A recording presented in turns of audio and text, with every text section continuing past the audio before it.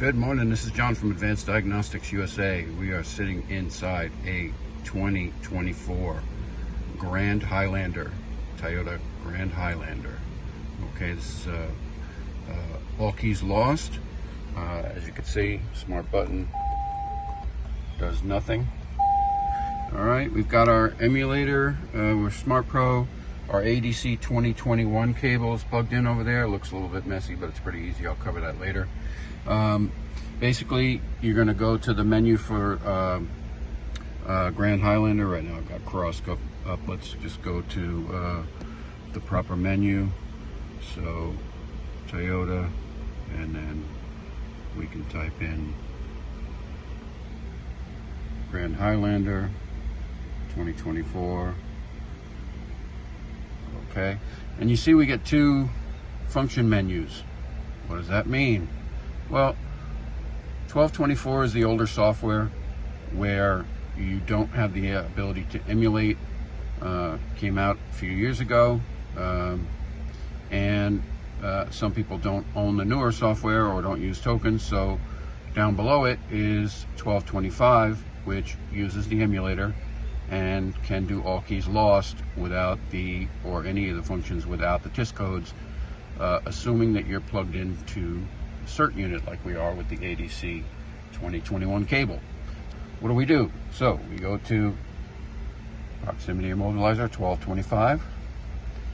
We start the procedure, okay, and put our hazards on. It'll wake the BCM up. Okay, there's our part number. Okay, so all keys lost. So we go to all keys lost. We hit our green check mark. We select emulator.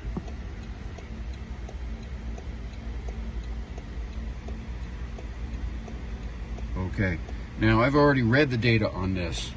It would go through a procedure where it would read the data, but it skipped right past that. So it's now asking me to, what I do is I take the emulator, hold it up to the button, and I press it and I start. And the emulator is now active. Okay. On that screen after the data read, this is assuming I came in fresh and I didn't already read the data. It's going to come up with key IDs, and it's going to say something up at the top about the key's identity or its type. Now on this one, it's a DST. Now DST is the ADC 2015 emulator. Okay, so we use the 2015 emulator. This is how we know which one to use. And if we use the wrong one, it's just going to ask us to swap it out.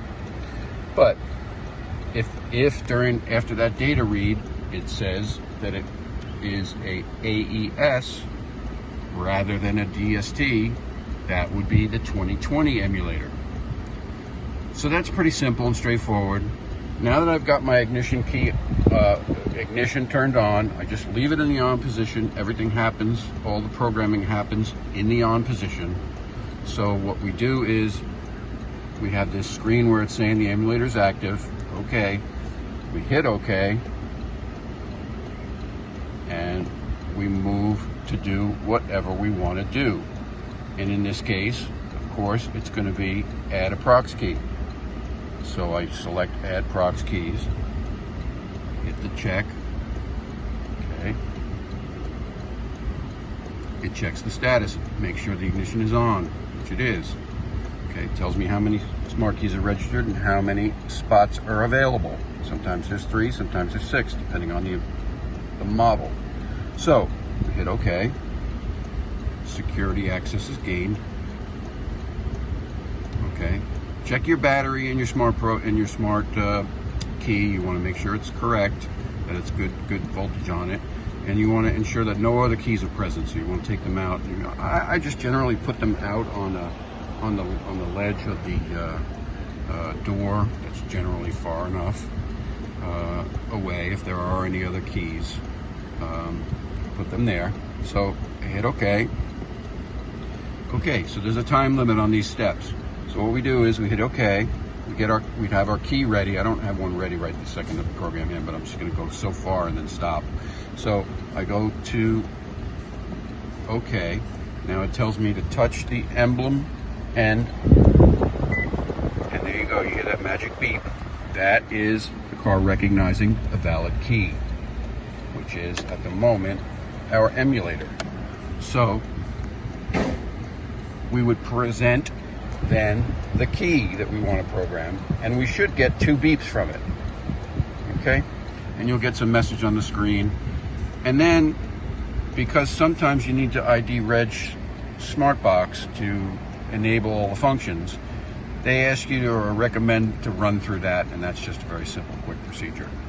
Again, ignition stays on during it, and pretty much the whole procedure from start to finish, you saw, takes about 2 or 3 minutes.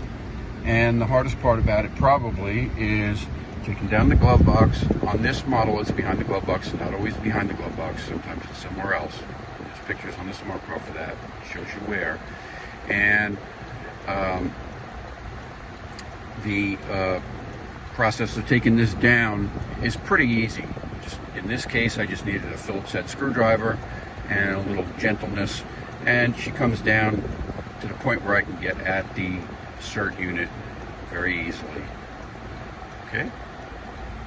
Alrighty. This is John. This concludes our video for today. Thanks for watching.